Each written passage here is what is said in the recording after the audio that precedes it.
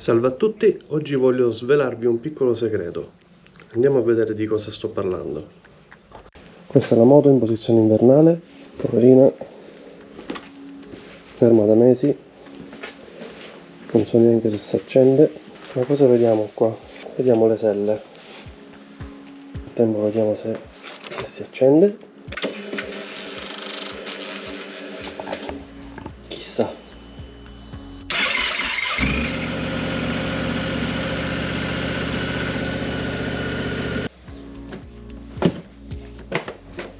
Fuori una.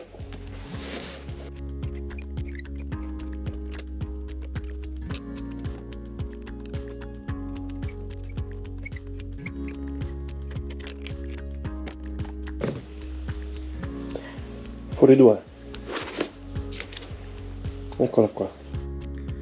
Bene, come già avrete sicuramente capito, oggi parliamo di selle comfort. Perché parlare di selle? Perché molti mi hanno chiesto come facessi a fare tanti chilometri sulla motocicletta, nonostante la mia stazza e insomma quello che può conseguire stare tante ore sulla moto. In passato, soprattutto quando io e Emanuela avevamo la BMW K1200S, quindi proprio una motocicletta sportiva, in effetti, passare tante ore sulla moto effettivamente poteva essere una criticità che noi abbiamo cercato di tamponare cercando di rendere la motocicletta più comoda possibile. Quindi già nel lontano 2017 avevo provveduto a modificare la sella a far modificare, che io non sono capace chiaramente, la sella della BMW, che è una sella unica e lunga, magari vi metto qualche foto perché credo in archivio di avere qualcosa, con una sella modificata. Stesso procedimento è stato eseguito anche sulla Tenere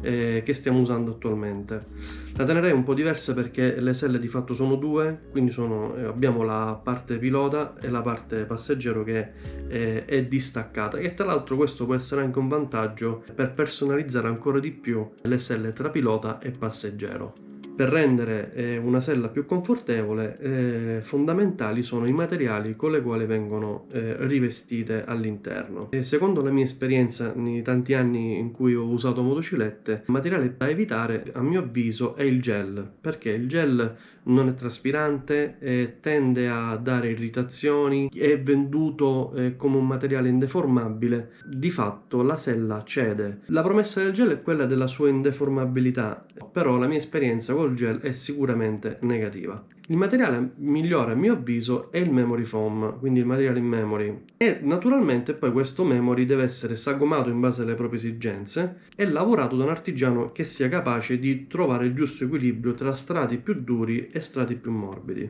Il gel, ragazzi, si rompe, prima o poi si deforma. Perché il memory? Il memory è diverso perché nonostante mantenga delle caratteristiche di rigidità, è comunque morbido ed è comunque stratificato in base alle proprie esigenze. Per esempio io preferisco una sella un po' più morbida, Emanuela preferisce una sella leggermente più dura, quindi in base ai tipi di memory è possibile personalizzare le proprie selle. Nel caso della Super Tenere questo è più agevole, in quanto avendo due selle, quindi quella pilota e quello passeggero, è possibile richiedere all'artigiano di personalizzare ogni sella. Io ho delle esigenze come molti uomini per evitare problemi di emorroidi e problemi di irritabilità della prostata. È possibile far scavare un solco in mezzo alla sella adatto ad evitare questo tipo di contatto, quindi evitare le cosiddette sollecitazioni. Molti non lo sanno, ma è un procedimento che fanno in tantissimi e che esteticamente nella sella non si vede. Adesso andiamo a capire di che materiale sono fatte le nostre selle, quindi chiaramente sono fatte di memory. Esternamente invece è auspicabile rivestire la sella con un materiale di tipo nautico. Che cosa vuol dire? Vuol dire che è un materiale che non assorbe l'acqua. Ecco, questo è un materiale che sicuramente ha un suo costo e che influirà sicuramente sulla qualità della sella che andrete eventualmente a rifare o comprare, eccetera eccetera. Vi ho portato qui adesso in questo caso la sella di Emanuela, perché è più piccola e tra l'altro devo pulirla e quindi ve la faccio vedere. Come potrete vedere, il materiale è di una qualità sicuramente superiore. Questa è la sella, spero che si possa vedere. Personalizzazioni. Come potrete vedere, questa è la personalizzazione che abbiamo fatto fare sulla sella di Emanuela. La mia non ha scritte. Chiaramente più personalizzazioni fate e più costerà rifare la sella. La cosa più importante però di queste selle qui non è tanto la grafica o l'elemento estetico, che comunque è importante, bensì sono le cuciture termosaldate. Queste cuciture, tra l'altro, noi le abbiamo fatte fare con una trama gialla che secondo me è molto bella. Non si vedrà, ma sono termosaldate. Ciò vuol dire che qualora arrivino temporali, acqua e tutto il resto, tutto quello che prendiamo sostanzialmente, l'acqua comunque non entrerà. In più, qualora dovesse entrare qualche goccia d'acqua, tra il materiale di rivestimento e il memory è presente uno strato di materiale isolante che non permetterà quindi il memory foam di bagnarsi e quindi rompersi, fare muffe, eccetera eccetera. La sella rimane comunque originale. Se vorrete toccare una sella al materiale, questo è il memory, chiaramente voi non potrete vederlo, ma basterà mettere un dito sotto per vedere di che materiale è fatta la sella. Chiaramente più personalizzazioni chiederete all'artigiano, maggiori saranno i costi, quindi non c'è effettivamente una regola di base per stimare i costi del rifacimento di una sella.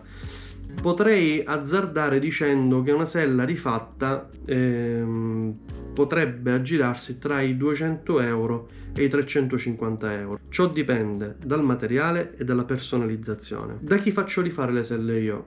Sono cliente da tantissimi anni di Sella Race in provincia di Bergamo. Sotto vi lascio il link in descrizione.